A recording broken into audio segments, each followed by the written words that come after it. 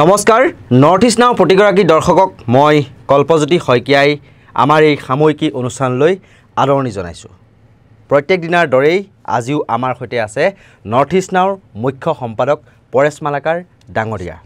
আৰু যিহেতু আমি সমাজত ঘটি থকা ঘটনাসমূহ বা সামাজিক মাধ্যমত চৰ্চা চলি থকা যিকোনো এটা বিষয়ে হওক বা যিবোৰ বিষয় চৰ্চা হ'ব লাগিছিল কিন্তু চৰ্চা নোহোৱাকৈ এটা চুকত পৰি ৰয়, সেই তেনেকুৱা কিছুমান বিষয় আমি বিশ্লেষণ আকাৰত লৈ আহোঁ। আৰু তেনেকুৱা এটা বিষয়ে হৈছে ঢিঙৰ তফাজ্জুল আৰু ঢিং যি নাৰকীয় কাণ্ড হৈছিল, ঢিঙৰ সেই নাবালিকাগৰাকীক ধৰ্ষণ কৰিছিল, সেই কাণ্ডৰ লগতে আৰক্ষীৰ যি পুলিচি শাসন ব্যৱস্থা কিমান ভয়ংকৰ হ'ব পাৰে তাৰ কেইটামান উদাহৰণসহ আজি আমি বিশ্লেষণ আগবঢ়াম আপোনালোকৰ বুলি মই প্ৰথমতে আপোনাৰ ওচৰলৈ আহিছোঁ।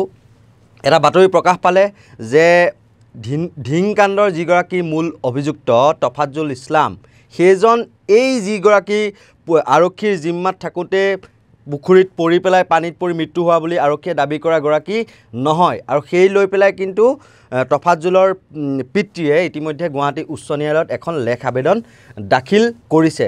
আৰক্ষীৰ বৰ্বৰতাৰ বলি হৈ পূৰ্বেও এনেকুৱা কিন্তু ৬-৭টা ঘটনা নথকা নহয়, সেই বিষয়ে আমি আহিম। প্ৰথমতে আপুনি এই সমগ্ৰ বিষয়টোক লৈ কি ক'ব, তফাজ্জুলৰ বিষয়টো লৈ?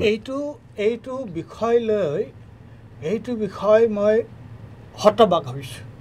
হতবাক হৈছোঁ এইকাৰণে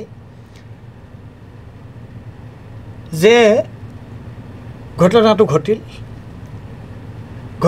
ঘটাৰ সেই ধৰ্ষণৰ ঘটনাটো ঘটিল, চাৰিওফালে হুলস্থুল লাগিল আৰু তাৰ পলিটিকেল যিটো ৰিপাৰ্কেশ্যনছ প্ৰতিক্ৰিয়া সেইটোও বৰ বেলেগ ধৰণৰ হ'ল। মিয়া চাৰিওফালে ওলাল আৰু তাৰপিছতে এগৰাকী অভিযুক্ত বুলি এই তফাজ্জুলক ধৰা হ'ল। আৰু আচৰিত কথা যে সেইদিনা 23 তাৰিখে তফাজ্জুলক ধৰা হৈছে আৰু 23 তাৰিখে মনোজ গোস্বামী, নহয় জানো, মনোজ গোস্বামী, সাংবাদিক মনোজ গোস্বামী, সাংবাদিক সম্পাদক মনোজ গোস্বামীয়ে কৈছে যে আজি এটা এনকাউণ্টাৰ ঘটনা ঘটিল নিশালৈ। মানে কেনেকুৱা ধৰণৰ ঘটনা? আৰু মনোজ গোস্বামী যি ধৰণে কৈছিল তেনেকুৱাকৈ এটা এনকাউণ্টাৰ ঘটনা ঘটিল।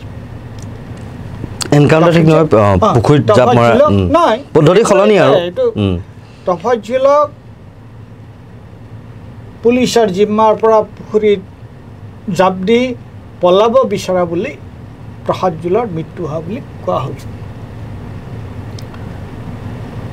কেনেকুৱা ধৰণৰ, কেনেকুৱাকৈ মনোজ গোস্বামীয়ে প্ৰেডিক্ট কৰিলে আগতীয়াকৈ যে এই ধৰণৰ ঘটনা এটা ঘটিব আৰু ঠিক তেনেদৰে এই ধৰণৰ ঘটনাটো ঘটি গ'ল। এতিয়া প্ৰশ্নটো হৈছে কি, তাৰ পিছৰ কথাটো আহিল। সেইটোতো এটা সাংঘাতিক কথা হয়েই যে এজন অপৰাধী নহয়, অপৰাধী হয়ে বুলি ধৰি ল'লোঁ। এতিয়া অপৰাধী এজনক তেনেকুৱাকৈ কৰায়ত্ব কৰাৰ পিছত, গ্ৰেপ্তাৰ কৰাৰ পিছত এজন সাংবাদিকে ক'লে আজি এটা এনেকুৱা ধৰণৰ এনকাউণ্টাৰ হ'ব পাৰে আৰু লগে লগে এজন মৰি থাকিল। কিন্তু পিছৰ কথাটো আৰু ভয়াৱহ। কি হ'ল? প্ৰথম কথা, সেইটো এটা নঘটিবলগীয়া ঘটনা, সেইটো কেতিয়াও under no' circumstances this could be supported, number 1। Number 2, এতিয়া আমি গম পালোঁ যে সেইজন তফাজ্জুল নহয়ে। আৰু মানে মেইন তফাজ্জুল এতিয়ালৈকে জালতে পৰা নাই। আৰু কি খবৰ ওলাইছে তুমি কোৱাচোন, যে পুলিচে গৈ পেলাই সেই বিষয়ে আহিম এতিয়া। এইটো মানে কেনেকুৱা ধৰণৰ ঘটনা যে দোষী বুলি এজন সম্পূৰ্ণৰূপে নিৰ্দোষী মানুহক ধৰি বান্ধি আনি এনেকুৱাকৈ হত্যা কৰাটো, মই এইটো মৃত্যু বুলি নকওঁ। পুলিচৰ জিম্মাত এইটো এজন ডেকা ল'ৰাক তেনেকৈ ধৰি বান্ধি আনি পিছদিনা যে ঘোষণা কৰিলে যে এইটো ভুল, মই সেইটো কথাত বিশ্বাস নকৰোঁ। বিশ্বাস নকৰোঁ। মই এইটো বিনা দ্বিধাই নিৰ্দ্বিধাই মই এই কথাটো ক'ব বিচাৰোঁ যে তফাজ্জুলক পুলিচে হত্যা কৰিলে। গতিকে এতিয়া যিসকল মানুহে এনেকুৱা ধৰণৰ কিবা এটা ঘটনা, এটা বৰ্বৰোচিত ঘটনা, এটা নৃশংস হত্যাকাণ্ড, এটা ঘৃণনীয় ধৰণৰ কাণ্ড ঘটিলে অপৰাধীক লগে লগে ফাঁচি দিয়াৰ কথা যে কয়, অপৰাধীক বিচাৰি তেওঁলোকে যে কয় যে এতিয়া আমাক এনকাউণ্টাৰ কৰিব লাগে বুলি কয়, আমাক এনকাউণ্টাৰ কৰিব লাগে বুলি কয় যে কয়, এতিয়া চিন্তা কৰা হওক যে এই ঘটনাটো সন্দৰ্ভত কি হ'ল, এতিয়া সেইসকল ক'ত গ'ল যিসকলে দাবী কৰিছিল তফাজ্জুলৰ মৃত্যু।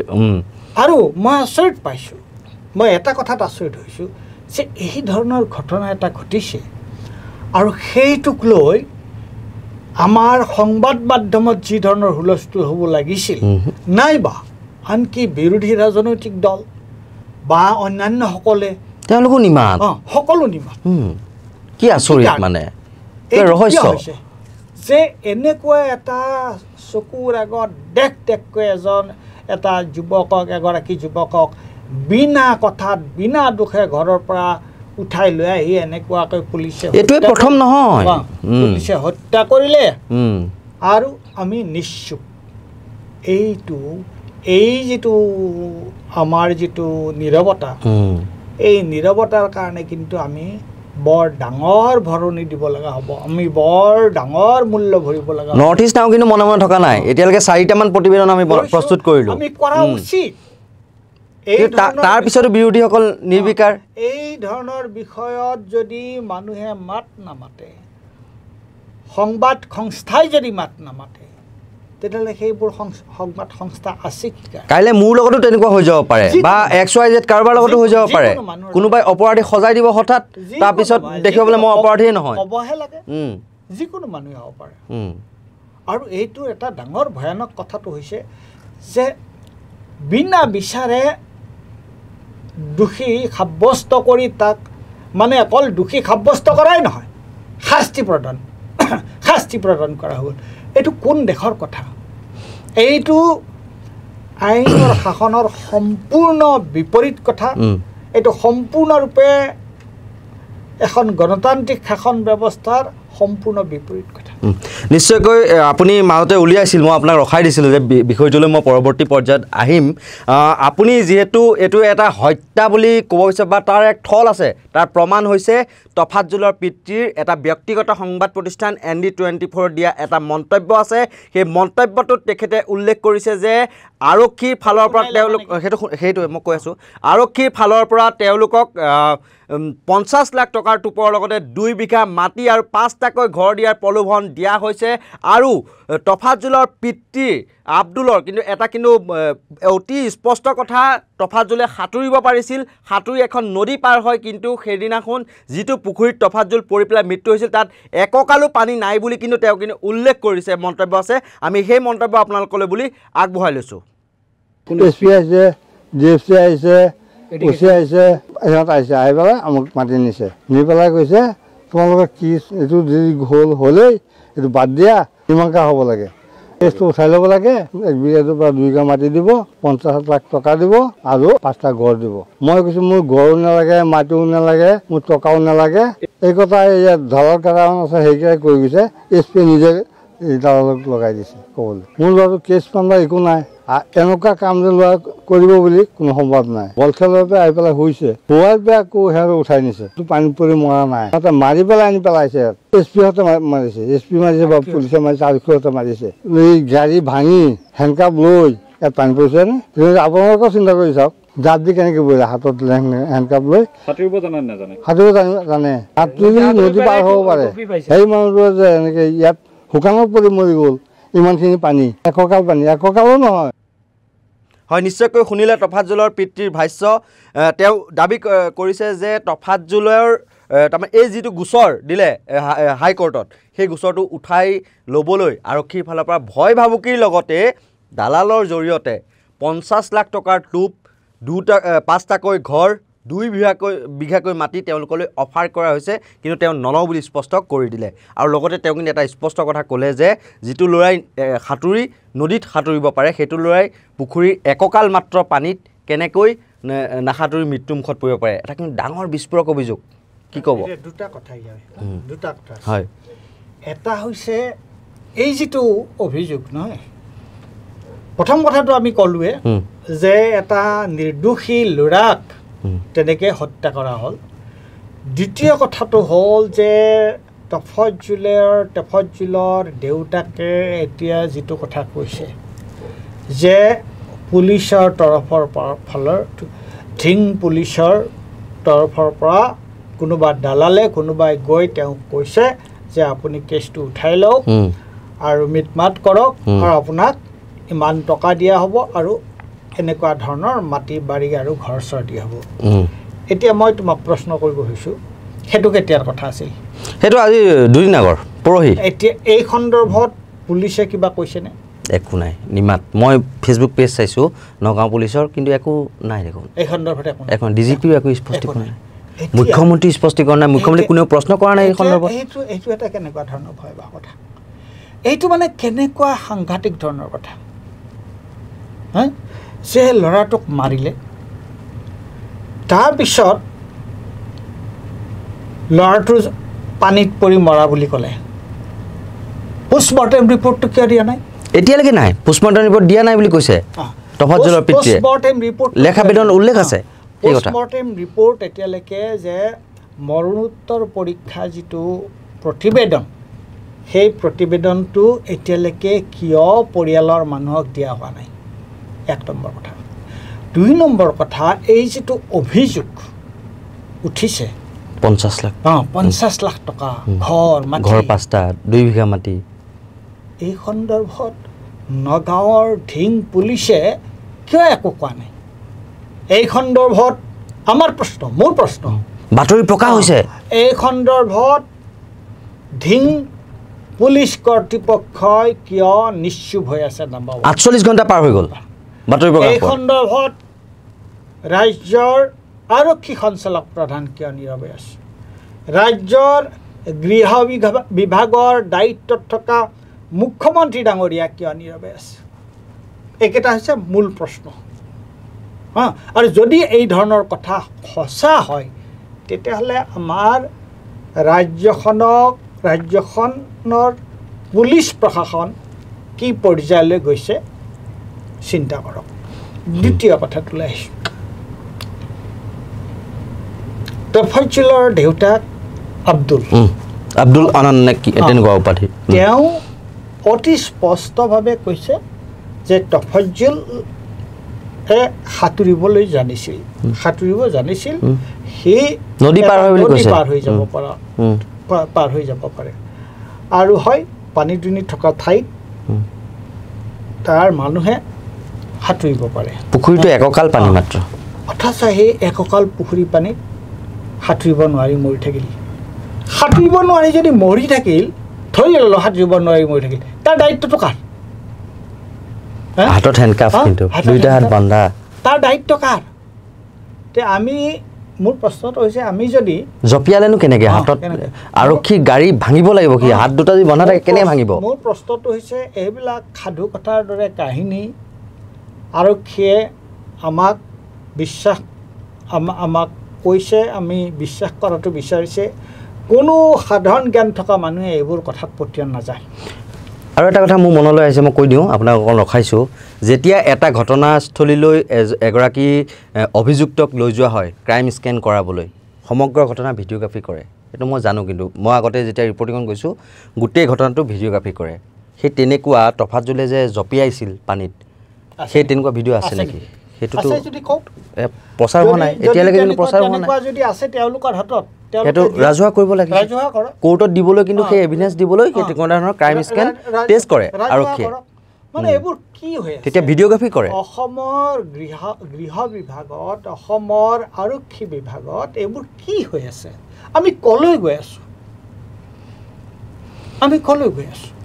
ইয়াত আইন কানুন বোলা কিবা বস্তু আছে নে নাই আৰু এইটো কি প্ৰথমবাৰ হৈছে নে বহুত আছে, এই কথালৈ আহিম মই। আৰু এটা কথা মোৰ এইখিনিতে কিন্তু মোৰ তাৰমানে মনলৈ আহিছে প্ৰশ্ন, যে এগৰাকী যেতিয়া ভুক্তভোগীৰ লগত, সেইগৰাকী যিয়েই নহওক বাৰু, যেতিয়া এনেকুৱা ধৰণৰ নাৰকীয় কাণ্ড সংঘটিত হয়, ধৰ্ষণৰ দৰে ঘটনা সংঘটিত হয়, যেতিয়া মূল অভিযুক্ত বুলি যাক চিনাক্ত কৰা হয়, সেই অভিযুক্তৰ লগত যিকেইজন অভিযুক্ত তেওঁলোকৰ DNA সেই ছোৱালীজনীৰ DNA লগত মিলেনে নাই সেইটো টেষ্ট কৰা হৈছিল নে, সেই প্ৰশ্ন উত্থাপিত হৈছে। 2 নম্বৰ, ছোৱালীজনীক সন্মুখলৈ নি এইকেইটা অভিযুক্ত হয় নে নহয় সেই বুলি ছোৱালীজনীক সোধা হৈছিল নে, এইবোৰ কিন্তু এতিয়াও ৰাজহুৱা হোৱা নাই। কি ক'ব এই ক্ষেত্ৰত? সেইটোৱে কেনেকৈ ঘটনাটো হৈছে কি যে DNA টেষ্ট কৰাটো দায়িত্ব আছিল পুলিচৰ। এই ঘটনাটো এটা ক্ৰমান্বয়ে সন্দেহৰ আৱৰ্তত সোমাই গৈছে। ক্ৰমান্বয়ে এটা কথা আমি নিশ্চিতকৈ জানো যে ঢিঙত সেইদিনা এটা নাৰকীয় ধৰ্ষণৰ ঘটনা ঘটিছিল, এইটো আমি নিশ্চিত। কিন্তু সেই ধৰ্ষণৰ ঘটনাৰ লগত ঘটনা ঘটাৰ পিছত এই যিখিনি ঘটনা ঘটিল, এই ঘটনা সন্দৰ্ভত গোটেই বস্তুটো এটা ৰহস্যৰ ভিতৰত সোমাই গৈছে। আৰু ইয়াত পুলিচ প্ৰশাসনৰ যিটো ভূমিকা সেইটো অত্যন্ত সন্দেহজনক।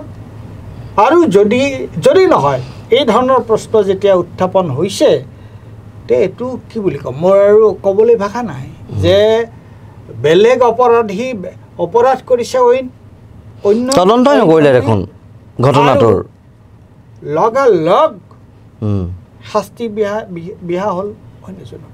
ইয়াৰতো মই ভাবোঁ যে এতিয়া এই যিবোৰ 50 লাখ টকাৰ কথা উঠিছে বা অন্যান্য যিবোৰ তেওঁলোকক 2 বিঘা মাটি 5টাকৈ ঘৰ দি তেওঁলোকক মানে এইবিলাক দি পেলাই তেওঁলোকক তোষামোদ কৰি তেওঁলোকক যে এই কেছটো উঠাই ল'বলৈ কোৱা হৈছে, তাৰ কথাটো হৈছে যে এই কেছটো, এই মোকৰ্দমাটো যদি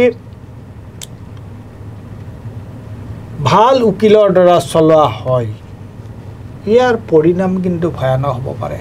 ইতিমধ্যে গুৱাহাটী উচ্চ ন্যায়ালয় আৰু জাননী জাৰি কৰিছে অসম চৰকাৰৰ এইখিনি আমি জনাই থৈছোঁ। অসম চৰকাৰৰ গৃহ বিভাগ, যিগৰাকী জিলা আয়ুক্ত, নগাঁও আৰক্ষী যিগৰাকী অধীক্ষক, আৰু লগতে যিগৰাকী ঢিঙৰ আৰক্ষী যিগৰাকী OC, সেই তেওঁলোকলৈ জাননী জাৰি কৰিছে। অহা 19 নৱেম্বৰৰ ভিতৰত তেওঁলোকে কিন্তু সেইখিনি যিখিনি ডকুমেণ্টছ পাতি গোটেইখিনি আদালতত দাখিল কৰিব লাগিব।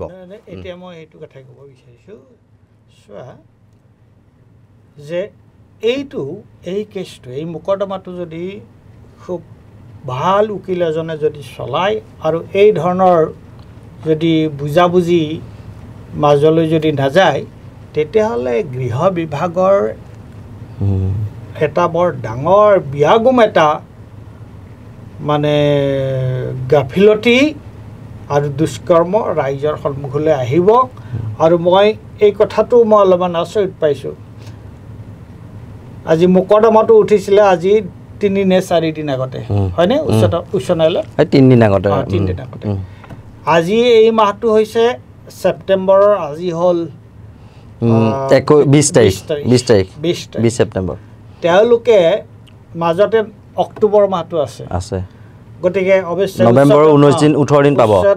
উচ্চ ন্যায়ালয়ৰ কথা সন্দৰ্ভত ক'বলৈ অলপ ইতস্ততা হয়, কিন্তু তৎসত্ত্বেও মই কৈছোঁ যে ইমান দিনৰ এইখিনি কথাৰ প্ৰমাণ দিবৰ কাৰণে পুলিচক ইমান দীঘলীয়া সময় দিয়াৰ কি প্ৰয়োজন? মইতো বুজি নাপাওঁ। শুনানিৰ কাৰণে এই যে এফিডেভিট দিব লগা হৈছে, পুলিচে যি দিব লাগে, কিয় তেওঁলোকক ইমান সময় দিব লাগে? তেওঁলোকৰ হাতত যদি স্পষ্ট আছে, এইটোতো ইমান সময় দিব লগাৰ কোনো কাৰণেই নাই। এসপ্তাহৰ ভিতৰতে, 2 সপ্তাহৰ ভিতৰতে, বৰ বেছি এসপ্তাহৰ ভিতৰতে তেওঁলোকে গোটেইখিনি কথা দিব পাৰে। তেওঁলোকৰ হাতততো মৰণোত্তৰ পৰীক্ষাটোৰ ৰিপৰ্টটো আছে, প্ৰতিবেদন আছে, পুলিচৰ হাতত থাকিবই লাগে। ঘৰৰ মানুহক নিদিব পাৰে, বাকীখিনি কথাও দিব লাগে। যদি আছে দি দিয়ক, মানুহক দিবলৈ বাধ্য, তেওঁলোক নিদিয়াকৈ থাকিব নোৱাৰে। গতিকে কি কাৰণে দিয়া নাই এতিয়ালৈকে, দিবলৈ বাধ্য। কি কাৰণে ইমান সময় লাগে মই সেইটো বুজি পোৱা নাই। মোৰ কাৰণে এইটো মানে মোৰ বিবেচনাৰ বাহিৰত। বা যিয়ে নহওক, কেছটো হওক, মোকৰ্দমাটো চলক, আৰু আচল কোনটো সঁচা মিছা ৰাইজৰ আগত ওলাম নিশ্চয়কৈ পুলিচি শাসনৰ যি ভয়াৱহ ৰূপ এইটোৱে কিন্তু প্ৰথম নহয় আমি কেইটামান উদাহৰণ এই মুহূৰ্তত দৰ্শকলৈ বুলি আমি আগবঢ়াইছোঁ প্ৰথমতে কৈছোঁ আমি যিগৰাকী সুৰজ গগৈ সেইগৰাকী হৈছে শিৱসাগৰৰ আৰু শিৱসাগৰৰ চেলেংহাটৰ হয় তেওঁ চেলেংহাটৰ নিশা আৰক্ষীয়ে আহি তেওঁক উঠাই লৈ গৈছিল এয়া 2022 চনৰ কথা 2022 চনৰ মাৰ্চ মাহৰ ঘটনা এইটো আৰক্ষীয়ে সন্দেহবশতঃ যে আলফালৈ তেওঁলোকে তেওঁ ল'ৰা সৰবৰাহ কৰি আছে বুলি তেওঁৰ অভিযোগ উঠিল তাত লৈ গৈ পেলাই তাৰপিছত কৰিলে কি নিশা তেনেকৈ তেওঁক লৈ আহিছিল আহি পেলাই ক'ৰবাত চাহ বাগানৰ মাজত তেওঁক পেচাব কৰিবলৈ নমালে হাতত হেণ্ডকাপ বন্ধা আছে তেওঁ তাৰপিছত পেচাব কৰি আছে তেনেকুৱাতে শূন্য দূৰত্বৰ পৰা বোলে যিগৰাকী তাৰমানে তদন্তকাৰী বিষয়া আছিল OC সেই বিষয়াগৰাকীয়ে শূন্য দূৰত্বৰ পৰা গুলি মাৰিছে কিবা হুছেইন উপাধিৰ সেইটো আমি এই মুহূৰ্তত আমাৰ হাতত পৰিয়ালৰ লোকৰ সেই বিস্ফোৰক অভিযোগ আছে আৰু লগতে বিধায়ক অখিল গগৈয়ে তথ্য পাতি সহ পৰিয়ালৰ লোকে তেওঁৰ আগত কি কৈছিল সেই মন্তব্য আছে আমি কিছু পৰিমাণে আপোনালোকৰ বুলি আগবঢ়াইছোঁ তেতিয়া আপোনালোকে বুজিবলৈ সুবিধা হ'ব সুৰজ গগৈৰ মৃত্যুত আছে নেকি কিবা ৰহস্য মুখেৰে ফেন ওলাই মৃত্যু হৈছিল সুৰজ গগৈৰ সুৰজৰ জ্যেষ্ঠ ভগ্নীয়ে কৈ গ'ল মৃত্যুৰ পূৰ্বে কি হৈছিল সুৰজৰ লগত য'ত পুলিচ আছিলে ডক্টৰ আছিলে নাৰ্ছ আছিলে তাৰ পৰিৱৰ্তে কেনেকৈ হ'বলৈ পালে মৃত্যুটা সেইখিনি সুধিবলৈ যাওঁতে তেওঁলোকে আমাক কি কৈছে ইয়াত আমি নাটক চাই থাকিবলৈ নাই বুলি কৈছে লগালগ গাড়ী লৈ তেওঁলোকে তাৰ পৰা গুচি গৈছে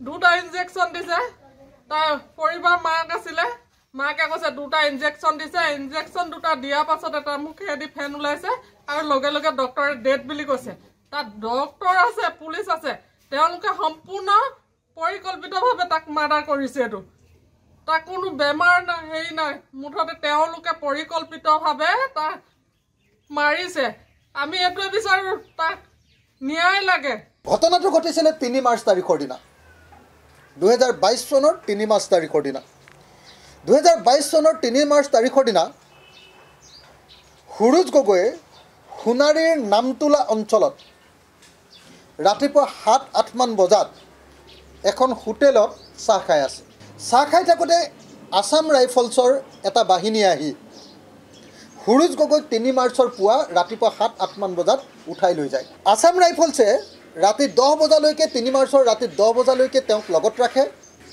আৰু তেওঁক উলংঘ কৰি হাত ভৰি বান্ধি সম্পূৰ্ণ অত্যাচাৰ কৰে বুলি জানিব পৰা গৈছে ৰাতি 10 মান বজাত আসাম ৰাইফলছে তেওঁক মাৰপিট কৰি সোণাৰী থানাত চৰাইদেউ জিলাৰ সোণাৰী থানাত তেওঁক গতাই দিয়ে ৰাতি 10-11 মান বজাত ৰাতি 10-11 মান বজাত সোণাৰী থানাত গতাই দিয়াৰ পাছত ৰাতি 2 পৰা 2:30 বজাত মেডিকেল টেষ্ট কৰিবৰ কাৰণে সুৰজ গগৈক এখন চিকিৎসালয়লৈ লৈ যোৱা হয় তাৰ পাছত তেওঁক হস্পিটেললৈ নিওঁ বুলি কৈ তেওঁক এখন বাগানৰ মাজত নিজান ঠাইত ৰখোৱা হয় এই কাৰণে যে এজন চিপাহীৰ পেচাব কৰিব লাগিছে বুলি কোৱা হৈছিল আৰু সেই কাৰণে গাড়ীখন ৰখোৱা হৈছিল তাৰ পাছত সুৰজ গগৈক কোৱা হয় যে তুমিও পেচাব কৰি লোৱা এই বুলি কোৱাৰ পাছত সেই সময়ত কিন্তু তেতিয়া সুৰজ গগৈৰ হাতত হেণ্ডকাফ লাগি আছে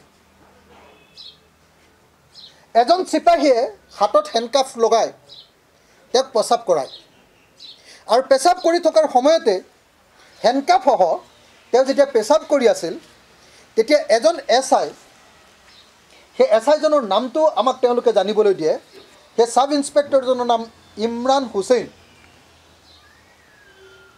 হুছেইন নামৰ SIজনে একেবাৰে ওচৰৰ পৰা তেওঁৰ ভৰিত গুলি মাৰি দিয়ে তেতিয়া সুৰজ গগৈয়ে তেওঁলোকৰ পৰিয়ালক জনোৱা মতে তেওঁ চিঞৰি উঠে যে মোক কিয় গুলিয়াই দিছে মইতো ৰৈ আছোঁ মই পেচাব কৰি আছোঁ মোক কিয় গুলিয়াইছে সেই বুলি কোৱাৰ লগে লগে আন এজন পুলিচ চিপাহীয়ে মোবাইলৰ পোহৰটোৰে তেওঁক দেখুৱাই দিয়ে আৰু তেতিয়া লগে লগে পুনৰ এই একেজন সাব ইন্সপেক্টৰ ইমৰান হুছেইনে 0 পইণ্টৰ পৰা তেওঁক আকৌ একেটা ঠাইতে আৰু এটা গুলি মাৰে নিশ্চয়কৈ আপোনালোকে শুনিলে যে অতি শূন্য দূৰত্বৰ পৰা সুৰজ গগৈ যাৰ সেই সময় মৃত্যুৰ সময়ত 3 মহীয়া এগৰাকী ছোৱালী আছিল এখন ঘৰ চম্ভালি আছিল, তেওঁৱেই একমাত্ৰ ঘৰৰ সম্বল আছিল, সেইগৰাকী তাৰমানে বিবাহিত পুৰুষক নিশাৰ ভিতৰত নি এনকাউণ্টাৰ কৰা হ'ল আৰু তাৰপিছত অতি ৰহস্যজনকভাৱে এমাহ জীয়াই থাকিল, ভৰিত গুলিয়াইছিল তেওঁ। তাৰপিছত অতি ৰহস্যজনকভাৱে চিকিৎসকে এটা বেজী দিয়াৰ পিছতে তেওঁৰ মুখেৰে ফেন ওলাই মৰি গ'ল। এয়া পৰিয়ালৰ লোকে অভিযোগ কৰিছে, আমি মন্তব্যত ইতিমধ্যে শুনালোঁ। কিমান ভয়ংকৰ কথা, কি ক'ব? তাৰপিছত আৰু ঘটনা কোৱাচোন। তাৰপিছৰ দীপাংকৰ গগৈ যোৰহাটৰ, যিগৰাকীয়ে যোৰহাটৰ গ্ৰেনেড বিস্ফোৰণৰ সৈতে জড়িত বুলি অভিযোগ উত্থাপন কৰিলে আৰু কিন্তু সেইগৰাকী দীপাংকৰ গগৈকো নাম আকৌ NIA চাৰ্জশ্বিটত নাহিল কোনো পৰ্যায়ে। তেওঁ কিন্তু আৰক্ষীৰ অত্যাচাৰ, বৰ্বৰ অত্যাচাৰ সহ্য কৰিব নোৱাৰি তেওঁ কিন্তু মৃত্যুক আঁকোৱালি ল'লে। তৃতীয়তে কেনাৰাম বসুমতাৰী এগৰাকী দুৰ্ধৰ্ষ ডকাইত আছিল, আজিলৈকে কোনো সন্ধান নাই। সেইগৰাকীক ধৰিবলৈ লগতে ডিম্বেশ্বৰ মুছাহাৰী নামৰ এজন লোকক ধৰি নি কেনাৰামক পলাবলৈ সুযোগ দিয়া হ'ল আৰু তাৰমানে ডিম্বেশ্বৰ মুছাহাৰীক এনকাউণ্টাৰ কৰা হ'ল, এনকাউণ্টাৰক মৃত্যুক আঁকোৱালি ল'লে। কিন্তু ডিম্বেশ্বৰ মুছাহাৰী আছিল এজন খাটি খোৱা তাৰমানে বিবাহিত পুৰুষ আৰু তেওঁ পত্নীয়ে তাৰমানে অভিযোগ কৰিছে সেইটো। আৰু একদম অতি ৰহস্যজনকভাৱে ভালদৰে মুখখন চাবলৈ নিদিলে কেনাৰাম বসুমতাৰীৰ পৰিয়ালৰ লোকক। জাষ্ট অলপ সময়ৰ কাৰণে আন্ধাৰ আছিল, মাত্ৰ টৰ্চ মাৰিছে, মুখৰ ফালে টৰ্চ মৰা নাই, মুখখন খুলিছে, চালে হ'ল, মাকক দেখুৱালে, লৈ পেলাই পিছত পুতি থ'লেগৈ। কিন্তু অতি ৰহস্যজনকভাৱে সেইটো কেনাৰাম বসুমতাৰী নাছিল, পিছত ওলাল সেইজন ডিম্বেশ্বৰ মুছাহাৰী। আৰু আছে অজয় দত্ত, এগৰাকী পুলিচ কনিষ্টেবলৰ আৰক্ষীৰ যান বাহন আৰক্ষীৰ পুলিচ কনিষ্টেবল দেৰগাঁৱৰ, আৰু দেৰগাঁৱৰ সেই অজয় দত্ত চাবলৈ গৈছিল, পূজাৰ সময়তে আছিল, পূজাৰ সময়ত দেৱীৰ বিসৰ্জন চাবলৈ গৈছিল। ডেকা ল'ৰা, 21 বছৰীয়া, অকণমান ল'ৰামতীয়া স্বভাৱ থাকিবই। কমিটি মানুহৰ লগত বেলেগ ল'ৰাৰ কাৰোবাৰ কাজিয়া লাগিল, সি ওচৰতে ৰৈ আছিল। নিৰ্বিচাৰভাৱে তাক পিটন দিলে আৰক্ষীয়ে, পূৰা পিটিলে মানুহৰ সন্মুখতে, তাক টানি আজি চুচুৰাই আনি গাড়ীত বহাই থৈ দিলে। তাক সি কানি ওচৰৰ বায়েক এজনী মাতিছে, মাতোঁতে তাৰ আগত কৈছে যে মোক এনেই হেৰি কৰিছে, মই একো কাজিয়াই কৰা নাছিলোঁ, যিজোটাই কাজিয়া কৰিছে সিহঁত পলাল, মোক এনেই আনি পেলাই ধৰি হেৰি কৰিছে। সি টাইম কান্দিছে, খুব পিটিলে, মুখে চুখে ঘুচি আহিছে বোলে যিটো গাড়ী চালক আছিল আৰু লগতে আৰক্ষীৰ যান বাহন আৰক্ষী কনিষ্টেবল। তাৰপিছত সেই ল'ৰাটোৱে যেতিয়া আৰক্ষীয়ে ঘৰলৈ থ'বলৈ আহে, আধা ৰাস্তাতে এইটোৱে মোৰ ঘৰ বুলি সি মিছাকৈ কৈ নামি সি ভিডিঅ' কৰিছে, ভিডিঅ' কৰি কৈছে যে মোক আৰক্ষীয়ে মানুহৰ সন্মুখতে বৰ বেয়াকৈ পিটিলে, মই দোষীয়েই নহয়, গতিকে মই এই পৃথিৱীত আৰু জীয়াই থাকিব নোৱাৰোঁ, তহঁত ভালকৈ থাকিবি মাহঁত, এনেকৈ কৈ পেলাই দাদাহঁত তহঁত ভালকৈ থাকিবি বুলি। তাৰপিছতে পাইছে গছ এজোপাত চিপ লৈ পেলাই মৃত্যু মুখত পৰিল। কেনেকুৱা ধৰণৰ ঘটনা আৰু বহুতো আছে, কিন্তু এতিয়া ক'লে বহুত দীঘল হৈ যাব কাহিনীটো। হয়, কল্প, তুমি এটা বৰ ডাঙৰ ভাল কাম কৰিছা যে এই কথাকেইটা উদাহৰণ যে দিছা নহয়, প্ৰতিবেদনো কৰিছোঁ আমি লিংক দি দিম ডেছক্ৰিপশ্যনত, সেইটো চাব পাৰিব। এতিয়াও যে এই কথাবিলাক তুমি উলিয়াইছা, সেইখিনি কথা আনিছা, গতিকে ৰাইজে চিন্তা কৰক, দৰ্শকসকলে চিন্তা কৰক যে আমি ক'লৈ গৈ আছোঁ। এটা ঘটনা নহয়, এটা বোলে এটা কিবা এটা ব্যতিক্ৰমত সকলো। নগাঁও কৃতিকমলৰ কথা পাহৰিছোঁ দেই, উঠি অহা ল'ৰা ছাত্ৰ সন্থাৰ আছিল আৰু নগাঁও কলেজৰ XGS আছিল, যিজন ল'ৰাই সমাজৰ কাম কৰি ভাল পাইছিল, আজি ঘৰত বহি পেলাই কটাইছে ভৰিত গুলি লোৱাৰ কাৰণে তেওঁ আজি ঘূণীয়া। নাই, মই তাকে ক'ব বিচাৰিছোঁ যে আজি বোলে এটা ঘটনা ঘটিল, কিবা এটা সকলোৰে এক্সেপশ্যন এটা থাকে, ব্যতিক্ৰম এটা থাকে, হ'ব পাৰে, সকলোৰে ভুল হয়, পুলিচৰো ভুল হ'ব পাৰে। কিন্তু আমি কি দেখিছোঁ? আমি এটা পেটাৰ্ণ দেখিছোঁ, আমি এটা আৰ্হি দেখিছোঁ যে যেতিয়া এনেকুৱা ধৰণৰ ঘটনা এটা হয়, তেতিয়াই আজি পুলিচ খুব এক্টিভ, আৰক্ষী বিভাগ খুব এক্টিভ, আৰক্ষীয়ে মানে খুব তৎপৰতাৰে তেওঁলোকে ব্যৱস্থা গ্ৰহণ কৰি দোষীক কৰায়ত্ব কৰিছে, আৰু কৰায়ত্ব কৰাই নহয় তেওঁলোকে শাস্তি প্ৰদানো কৰি দিলে। এই যিটো প্ৰৱণতা, এই প্ৰৱণতাটো মই প্ৰথমতে কৈছোঁ, আকৌ কওঁ যে এই প্ৰৱণতাটো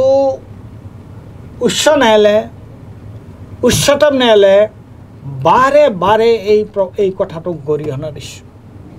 এতিয়া প্ৰশ্নটো হৈছে উচ্চ ন্যায়ালয়লৈ বা উচ্চতম ন্যায়ালয়লৈ, তাৰমানে ন্যায়ালয়লৈ যেতিয়া যায় ইতিমধ্যে ঘটনা ঘটিয়ে গ'ল, কিন্তু আটাইতকৈ গুৰুত্বপূৰ্ণ কথা হৈছে যে ৰাইজে যদি ইয়াৰ প্ৰতিবাদ নকৰে, বিৰোধী ৰাজনৈতিক দলবোৰে যদি ইয়াৰ প্ৰতিবাদ নকৰে, নাগৰিক সমাজৰ বিভিন্ন ধৰণৰ নাগৰিক সমাজে যদি ইয়াৰ প্ৰতিবাদ নকৰে, এই যিটো ট্ৰেণ্ড আমি দেখা পাইছোঁ, এই যিটো এটা পেটাৰ্ণ আমি দেখা পাইছোঁ, এইটো কিন্তু আমাৰ সমাজৰ কাৰণে অত্যন্ত বিপদজনক এটা পেটাৰ্ণ। আৰু এইটোৱে আমাৰ সমাজক কলৈ লৈ যাব, আৰু পুলিচক যে নিৰ্বিচাৰে এই ধৰণৰ কাম কৰাৰ কাৰণে কি অধিকাৰ দিছে, কোনে দিছে, কোনখন আইনৰ ভিত্তিত তেওঁলোকে এই ধৰণৰ অধিকাৰ পাইছে, এইটো কিন্তু বৰ আচৰিত ধৰণৰ কথা। It's something very very shocking and extremely strange. মই সেই কথাটোকে নিশ্চয় আমি বেছি এই ভিতৰত দীঘলীয়া নকৰোঁ। শেষত কৈছোঁ যে অলপ ৰাইজলৈ ব্ৰিফলি যদি অকণমান কয়, আইনৰ শাসন কিমান গ্ৰহণযোগ্য আৰু পুলিচী শাসন কিমান ভয়াৱহ, কি ক'ব? আইনৰ মই এইটোৱে ক'ম যে সমাজ এখনত যিকোনো ধৰণৰ অপৰাধজনিত ঘটনা ঘটিব পাৰে, এইটো স্বাভাৱিক। এতিয়া কিয়নো যে অপৰাধ কৰাৰ প্ৰৱণতা সমাজৰ মুষ্টিমেয় হ'লেও একাংশ মানুহৰ তাত থাকেই, কিন্তু সেই অপৰাধ নিৰাসনৰ বাবে আজি প্ৰশ্নটো হৈছে এজন অপৰাধীয়ে যিকোনো কাম কৰিব পাৰে।